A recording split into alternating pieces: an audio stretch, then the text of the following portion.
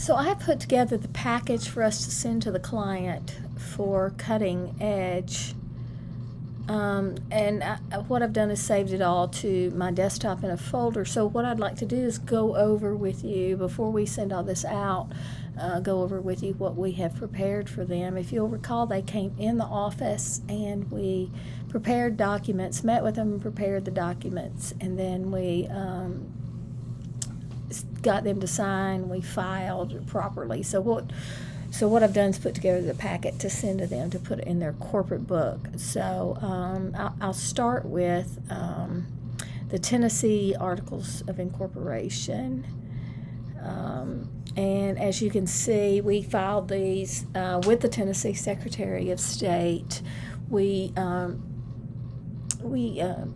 use the Secretary of State's form from the website. You notice they decided on the name Cutting Edge Computer Repair Inc. So we've got that included in there. The company will. We did a name search, and there was no other company using that name. Since we were preparing all this documents, we used Miss Murphy as the initial incorporator. Or the initial registered agent, and so of course we used our office address. They wanted to use a fiscal year, so their fiscal year began June 1, and the company will be perpetual. And we did not have to have any delay of filing. This is a company that is for profit, and they authorized 10,000 shares of stock to issue. And then we used the corporate address of 123 Main Street here in Memphis, and we used Brad's email address, as he is going to serve as the secretary treasurer for the corporation. Again, we've got the name of the initial incorporator here, which is you, and then of course your signature from when we filed it. So that's our Articles of Incorporation for Tennessee. And then let's see, we can go back to close the current tab. We want to go back to our folder, if I can find it. Well, there's our folder, and we will open our I know where it is. It's right here. We will open our bylaws that we did prepare. We use a standard Tennessee form of bylaws, actually the standard format that is included in our Westlaw package. But we'll go through those just so you can see what information we have put in those. The company will, of course, we've got the name of the corporation. Since we do know they're going to do business in the state of Georgia, we went ahead and said they can have offices either within Tennessee or or not in Tennessee, because they will be doing business in Georgia.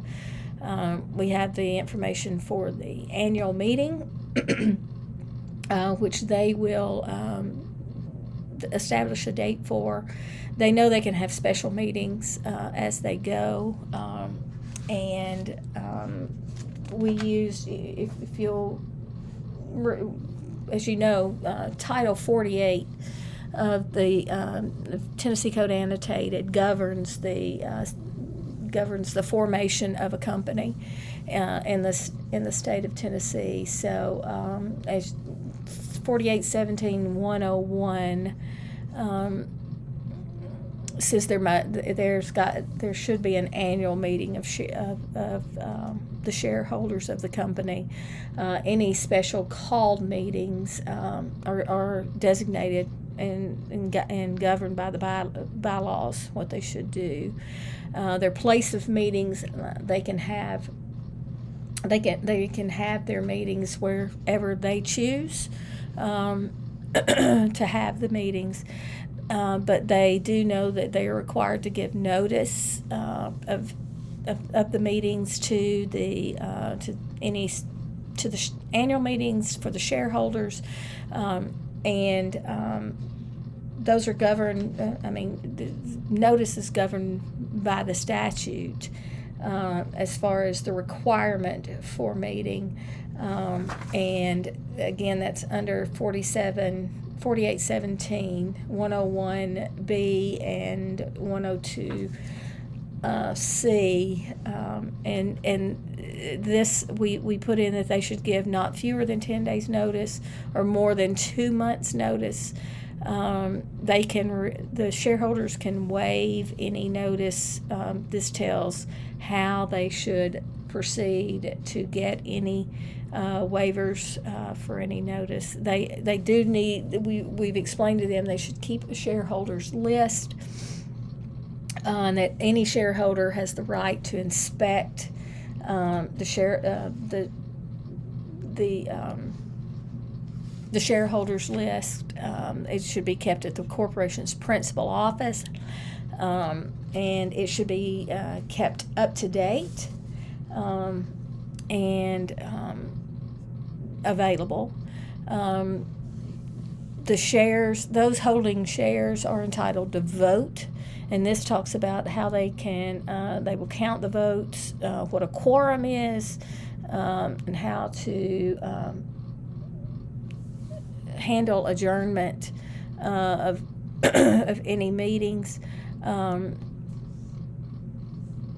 If a quorum, it tells what happens if a quorum is not met.